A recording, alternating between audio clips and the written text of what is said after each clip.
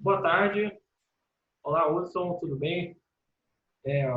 Vamos iniciar aqui um bate-papo à distância sobre estratégias para startups e pequenas e médias empresas dentro desse cenário com o Hudson Mendonça.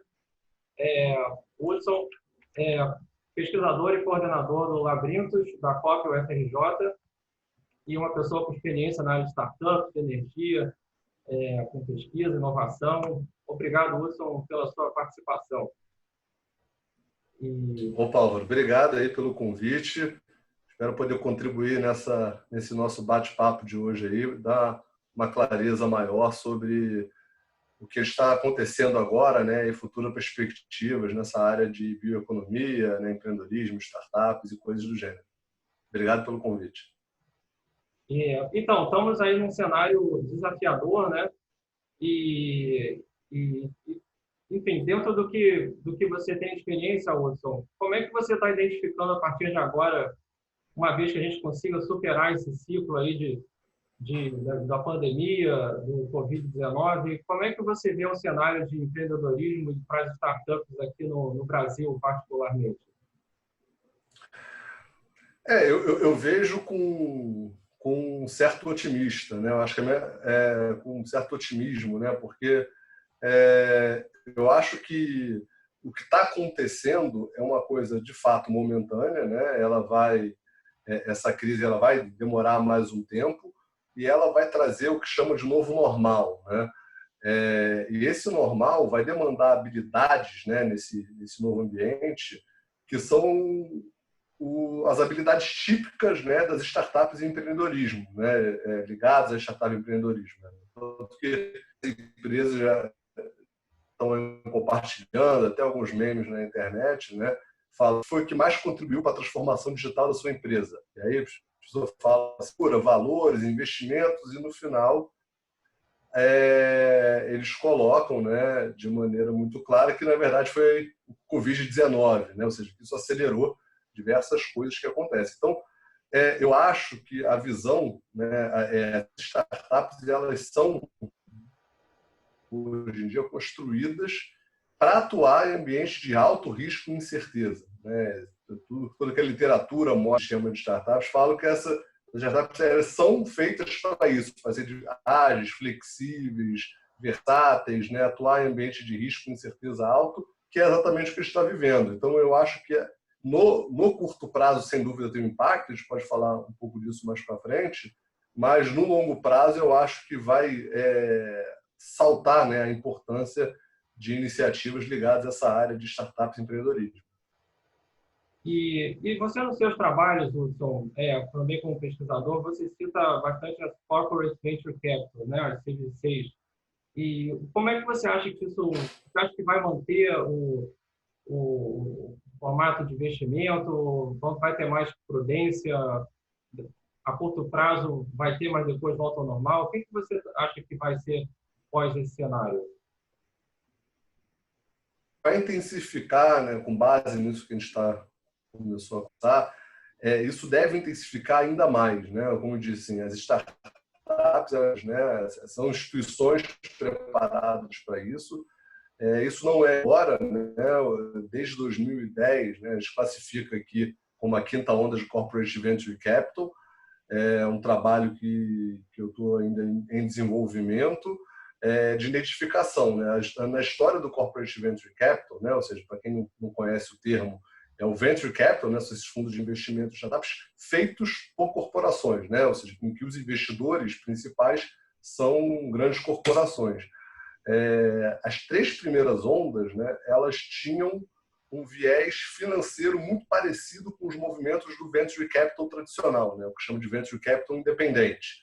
Então, surgiam, né, nos Estados Unidos, por exemplo, na década de 60, os primeiros fundos de Venture Capital começaram a surgir e ganhar muito dinheiro, né, investindo em startups, né, na época não tinha nem esse nome, né, mas em pequenas empresas de base tecnológica que, depois de um tempo, cresceu muito e aí você vendia a sua participação e ganhava bastante dinheiro com isso. Começaram a surgir fundos dessa natureza e as corporações fizeram o Me Too, né? Repetiram, tem um pessoal ganhando dinheiro com isso, por exemplo, aí pensa numa Intel, né? Ela fala, pô, eu tenho vários especialistas na área de microeletrônica, por que eu também não faço isso? Monto uma unidade, um braço meu para comprar participação de empresas, de pequenas empresas com grandes tecnologias na área de eletrônica, eu sou especialista nisso, e quando ela crescer, eu vendo essa participação e passo e ganho um recurso maior, né? Então, assim, a primeira, segunda e terceira onda tiveram, por motivos diferentes, essa lógica, né, de seguir movimentos de crescimento do mercado de venture capital, e as empresas, grandes empresas, 2, 3 anos depois, começaram a fazer a mesma coisa e imitar, né, esse movimento, né, que foi os 3 primeiros ciclos de venture capital, que também foram replicados na área de corporate venture capital. A grande questão é que da terceira onda em diante, as grandes empresas, e aí nesse primeiro momento, principalmente as empresas farmacêuticas, começaram a perceber claramente que tinha uma grande oportunidade de não só ter retorno financeiro, ou seja, comprando empresa pequena e vendendo a participação quando ela está maior, né? Ou seja, é um movimento puxado pelo CFO da empresa, né, das grandes empresas, mas também uma possibilidade de você criar um portfólio de inovação fora da sua empresa. Essa época coincidiu com a emergência, né, de 2 conceitos que são chaves até hoje para entender esse ambiente de inovação, que é o conceito de inovação aberta e disruptiva. O livro lá do Christie original foi de 97, né, final da década de 90, e início dos anos 2000, que é o Chesbrough, que é o Inovação Aberta, em 2003. Então, nesse período, final da década de 90, início de 2003, teve o boom das startups, né? Teve a bolha.com em 2001, né? O estouro da bolha. Esse movimento começou a perceber que essa ferramenta podia ser utilizada não só para ganhos financeiros das grandes corporações ou diversificação de portfólio, mas também como algo estratégico para ela no processo de inovação. E aí, dos anos, né, do 2003, né, do meados dos anos 2000 para cá, surgiu uma quarta onda, que é uma onda que é a primeira onda baseada em inovação. Eu falo brincando que nas ondas anteriores o CFO pedia ajuda para o diretor de inovação. Agora é o diretor de inovação que cria e pede ajuda para o CFO com valuation. Então, hoje quem está liderando essas iniciativas de corporate venture capital são as áreas de inovação das empresas. E isso, né, na literatura aí, diz amplamente que a partir do meados do ano 2000 estaria na quarta onda. A grande questão, que fez parte até da minha pesquisa de doutorado, né, de um artigo que eu estou terminando, e que eu já dei um pequeno spoiler aí numa publicação no site da HSM Management, é que você, na verdade, de 2005 para cá, você não tem uma onda só, você tem 2 ondas. Né? Você tem a que vai, essa de 2005, que vai nos inícios dos anos 2000 até o início dos anos 2010, são os últimos 10 anos, em que as empresas estão fazendo isso, mas aprendendo ainda. Então, você tem investimentos em empresas, startups mais maduras, né? Estão correndo menos risco, menos ligados à diversificação.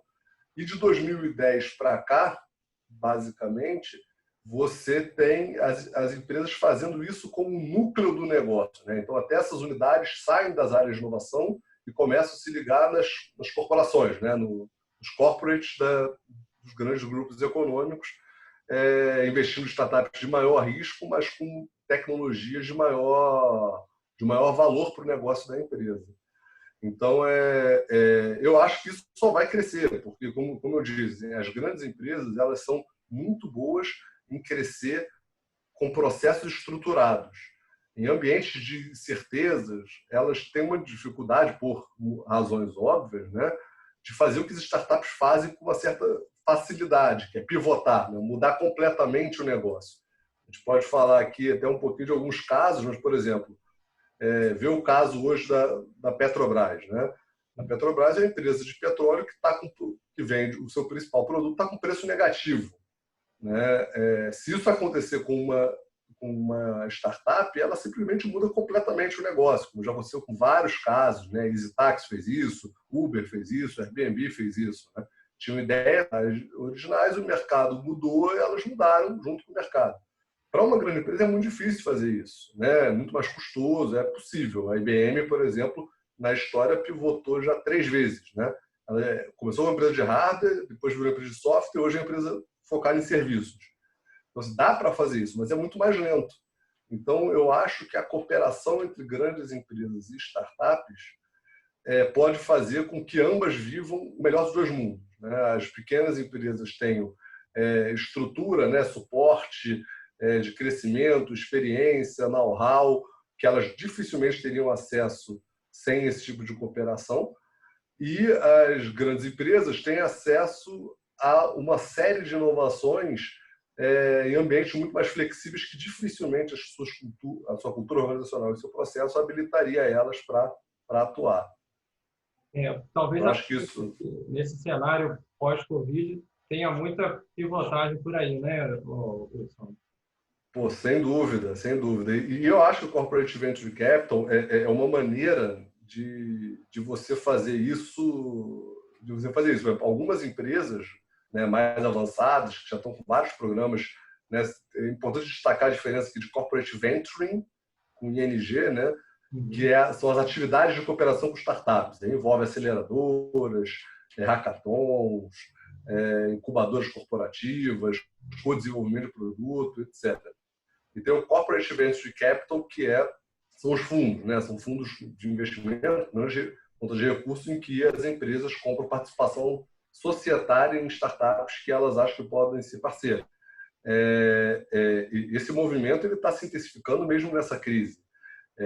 E várias empresas têm usado essas ferramentas para fazer uma espécie de hedge natural, né? Então, assim, a gente usou aqui isso é público, né? Não tem nenhum problema de falar. A própria Petrobras, por exemplo, ela, junto com diversas outras empresas da área de óleo e gás, né? Chevron, Esso, Total, Shell, são co-investidores de um fundo de Corporate Venture Capital focada em mitigação, em tecnologias para mitigação de mudanças climáticas. Ou seja, elas usam, né, esses tipos de investimento em startups dessa natureza como uma espécie de hedge natural. Né? Ou seja, se acontecer alguma coisa disso aí de lá para cá, você está protegido. Por exemplo, a BMW tem um fundo só de mobilidade elétrica e mobilidade urbana como serviço, que não é atual principal, mas ela está vendo que isso pode ser uma possibilidade, então ela investe em startups dessa área para que, se amanhã o mercado virar para essa direção, ela já está com um pezinho lá. Então, eu acho que isso vai se intensificar, já está crescendo já o mundo a taxas muito grandes, a mais de 30% ao ano, pelo menos nos últimos 7 anos, no mundo, esse mercado, mas ele vai se intensificar ainda mais, né? Acho que ficou mais óbvio ainda com a necessidade de ser ágil e flexível que essa crise está mostrando. Nós estamos no canal do Green Rio, então o tema da sustentabilidade ele é bem forte aqui para a gente poder sempre conversar. E depois, como uma pessoa que tem experiência em cleantech, sem dúvida pode falar bastante. E você comentou justamente isso que você está falando, né, nas suas pesquisas, que as startups podem ter um papel importante no processo de transição energética, né? Então, assim, eu acredito que isso continue rolando, né? A gente tem visto algumas capitais, até em São Paulo, como nessa parada o índice de poluição praticamente sumiu, né? Eu acho que talvez isso gere dê uma sacudida em algumas cabeças aí, esse tipo de situação, né? Além de tudo mais que a gente está vendo naturalmente, né? Sim, sim. Não, eu acho que esse ponto é excelente, né? Eu acho que tem 2 pontos importantes dizer isso. Esse seu comentário aí sobre as capitais estarem com menos poluição, né? Eu vi outro dia uma frase do ministro Salles, né? Nosso ministro do Meio Ambiente, que realmente faz um negócio para a gente parar para refletir um pouco, né? Assim, você tem um debate aí sobre a questão da poluição, vamos supor que chama mais atenção na mídia, né? Queimada na Amazônia, né? Essas coisas, né? Preservação, etc. e tal. Mas, e aí quem é mais técnico, né? Fala sobre saneamento, sobre outras questões dessa natureza, vê que grandes problemas de poluição estão, na verdade, nos grandes centros. Né? Poluição atmosférica, da água, ar, etc. e tal, são associados a isso. E aí você realmente, eu acho que com o que está acontecendo, né, com esse efeito, entre aspas, né, positivo, né? Ou seja, está todo mundo em casa, né? A economia meio parada, positivos do ambiente, você começa a ter questões de índice de poluição reduzindo brutalmente.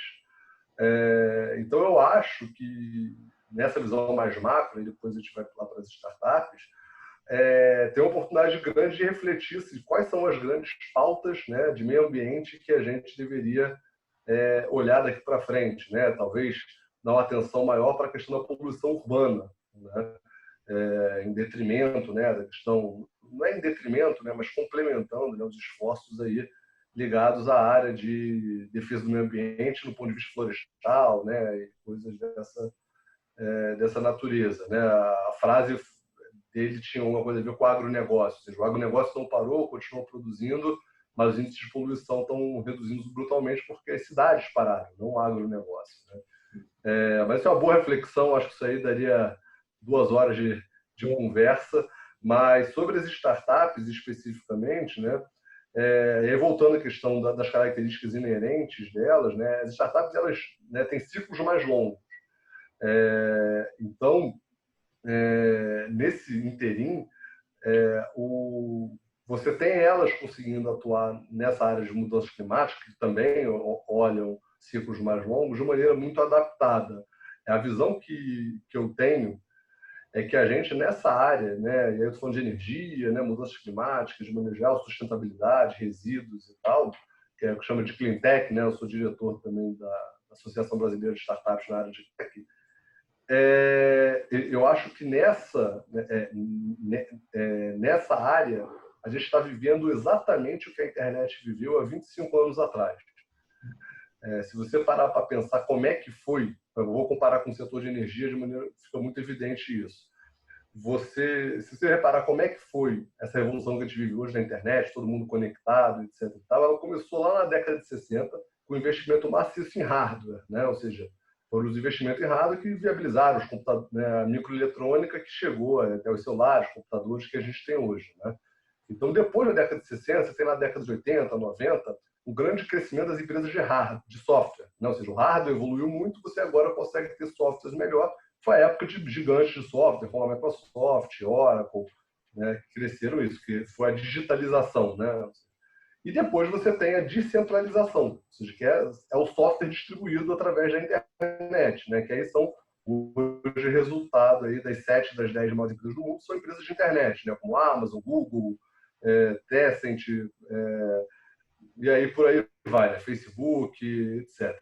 Então essas empresas que surgiram lá nos anos final da década de 90, início dos anos 2000, né, que foi a grande mudança que a internet começou a trazer, né? O Google em 1998 foi fundado, Facebook, Amazon em 94, Facebook em 2000. Então, esse período surgiram essas gigantes da internet foi exatamente há uns 20 anos atrás que a gente está calculando aqui, 20, 25 anos atrás.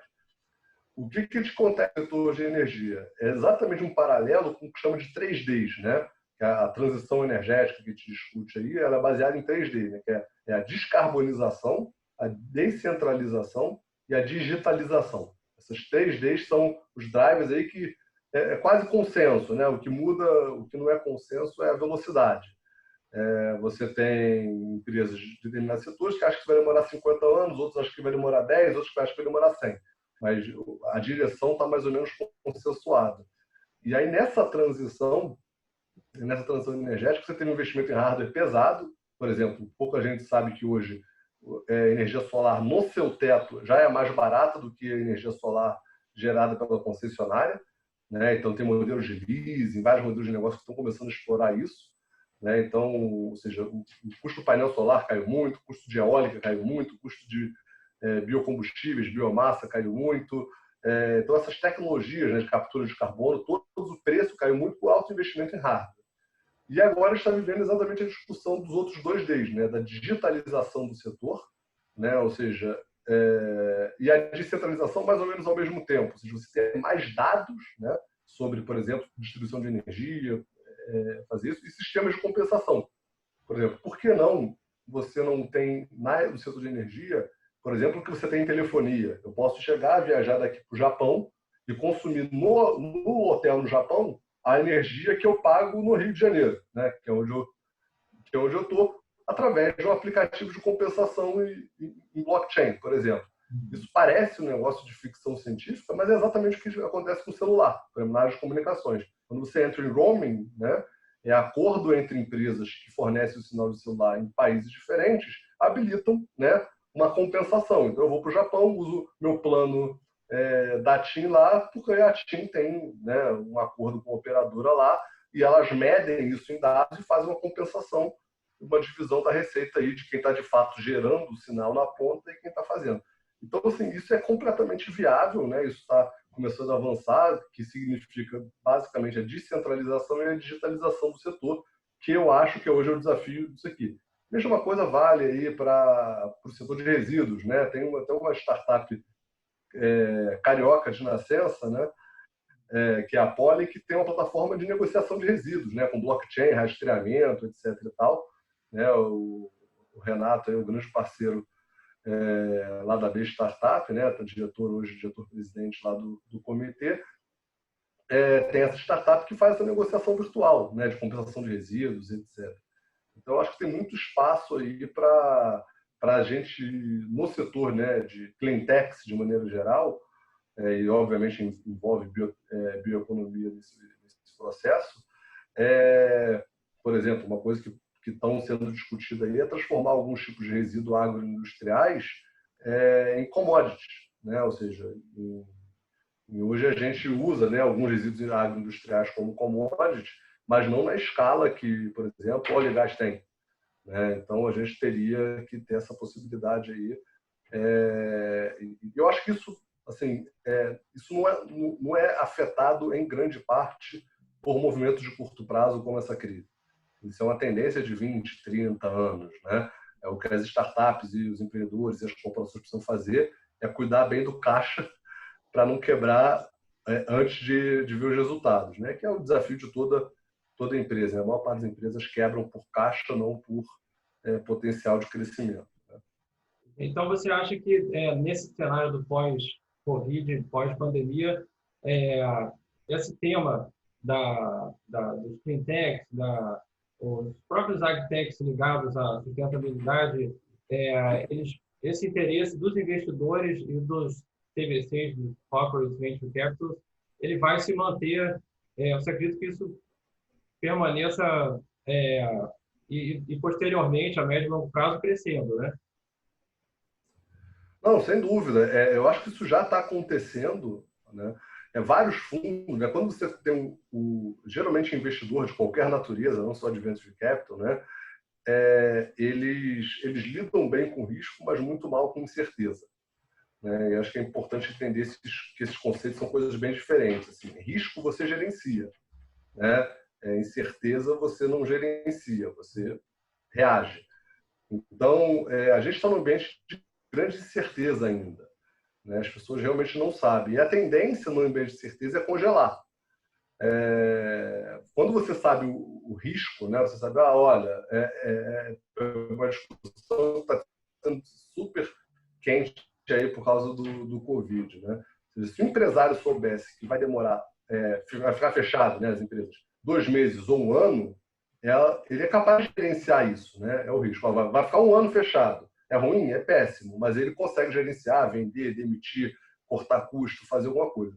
O grande problema para a maior parte dos negócios é a incerteza. É que você fechou e não faz a menor ideia de quando vai abrir. Então, você não sabe o quanto você economiza, o quanto você corta, o quanto você faz isso, o quanto você precisa. Se vale a pena você pegar, por exemplo, um empréstimo para sobreviver mais um tempo, ou se vale a pena fechar logo um negócio, porque 1 ano eu aguento, 3 meses eu aguento, mas 1 ano eu não aguento.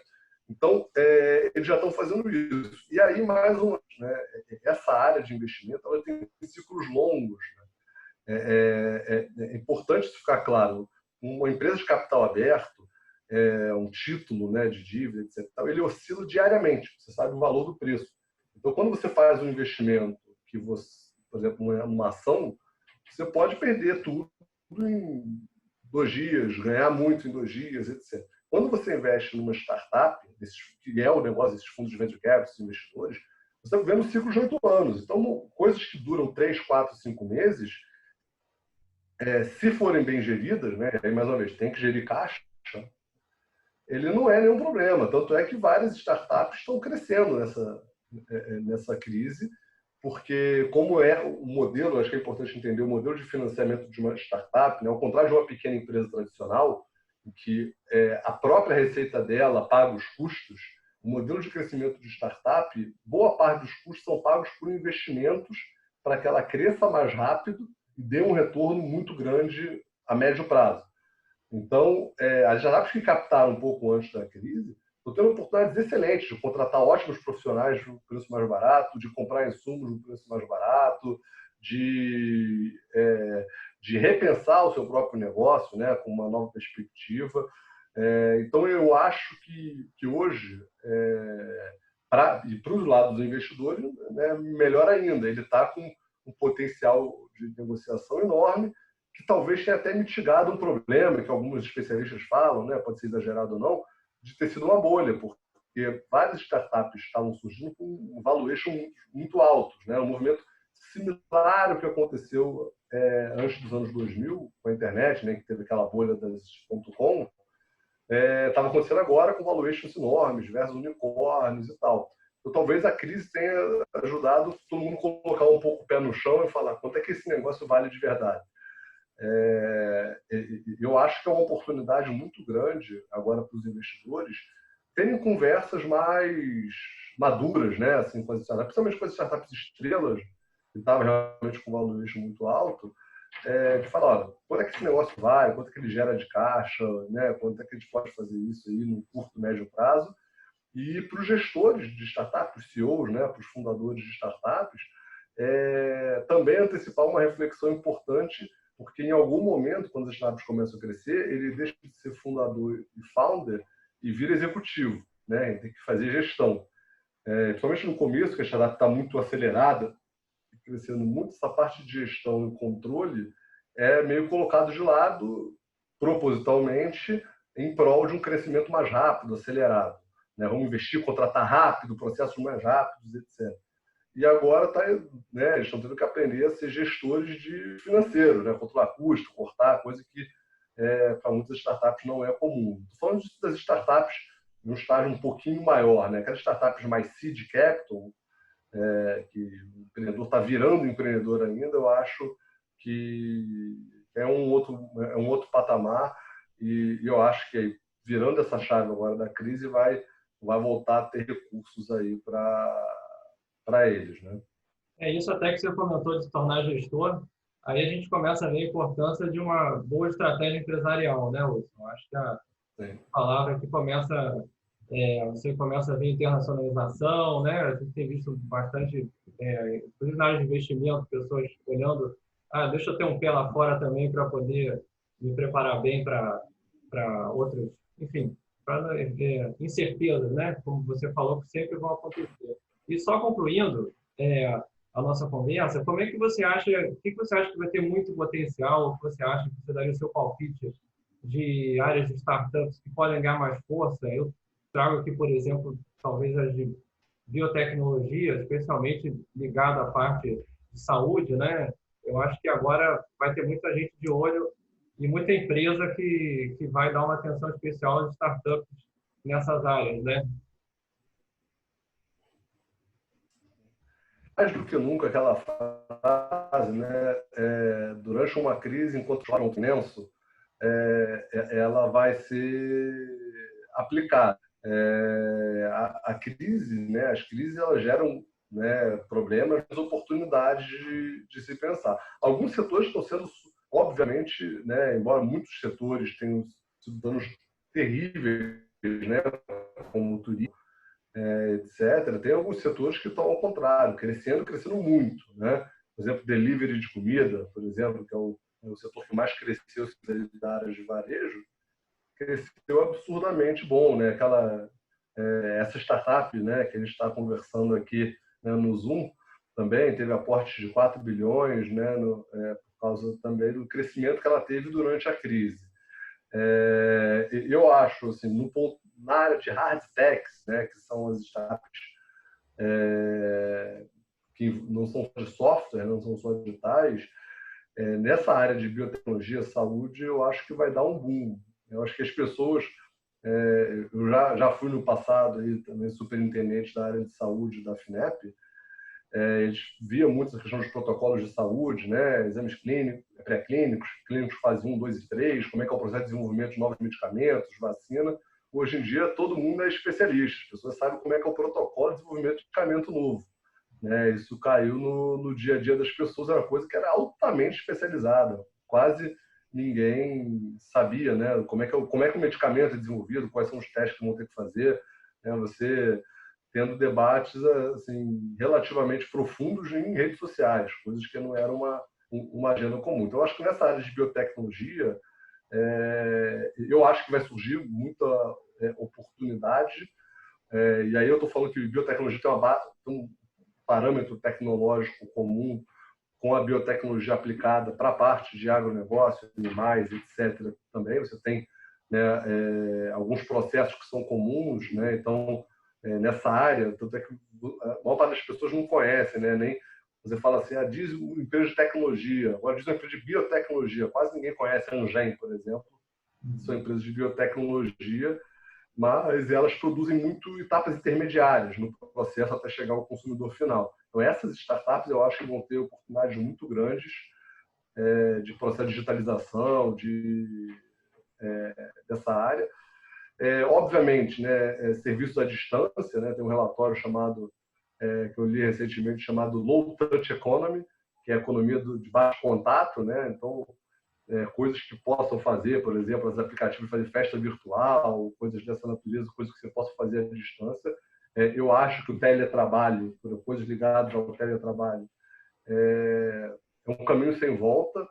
Eu não acho que vai ser 100% teletrabalho, como está sendo hoje, mas provavelmente vai ser uma coisa híbrida, né? As pessoas vão trabalhar 2, 3 dias em casa, 2, 3 dias na empresa, o que vai reduzir enormemente o custo de aluguel, patrimônio, segurança, um monte de coisas relacionadas.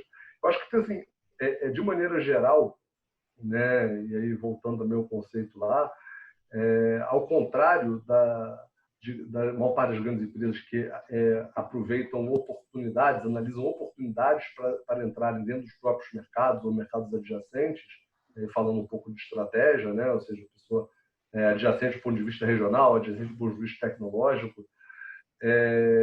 As startups, elas em geral procuram problemas, não oportunidades, né? Elas olham assim, pô, isso aqui é um problemão, como é que eu faço para resolver isso? Como ela é flexível, ela se adapta para qualquer tipo de coisa. Então, assim, a gente vai ter uma série de problemas novos, né? Depois do 11 de setembro, a gente teve uma série de mudanças, por exemplo, em protocolo de segurança em aeroportos, em lugares e tudo mais. Sem dúvida, isso deve acontecer na área de saúde agora. Então, não me estranharia se tivesse um protocolo de medição termal, né, de temperatura, de pessoas em aeroportos, por exemplo. Isso é uma coisa que pode surgir, né? É um problema grande, né? Ou seja, como é que você controla esse tipo de coisa? E, sem dúvida, tem muita gente pensando em como resolver esse problema e ganhar dinheiro no processo, né? O que é plenamente saudável, o que é legítimo e o que ajuda todo mundo se a gente conseguir ter tecnologia para evitar novos episódios como esse. É verdade, Wilson. Você citou bem a questão dos problemas, né, que as startups, eu acho que tem bastante problemas novos que vão começar a surgir. E, bom, muito obrigado, concluindo aqui, pela importante contribuição, experiência. E vamos, falando de saúde, desejar saúde a todos e torcer para a gente, em breve, vão ter outros, mesmo que não seja tão próximo, mas pelo menos no mesmo ambiente físico também, né? E além do virtual. Sem dúvida. Conta comigo aí sempre, né? No Green Rio físico ou no virtual. Né? Eu acho que a gente está junto aí, nessa agenda importante aí, relacionada à qualidade, né? A bioeconomia de maneira geral. Se precisar aí, estou às ordens e vamos ter um contato.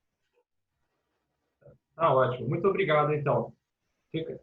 8 e 9 de outubro, estaremos no Rio virtual. Contamos com você lá. E em fevereiro no presencial. Um abraço. Conta comigo, estarei lá. Abraço. Tchau.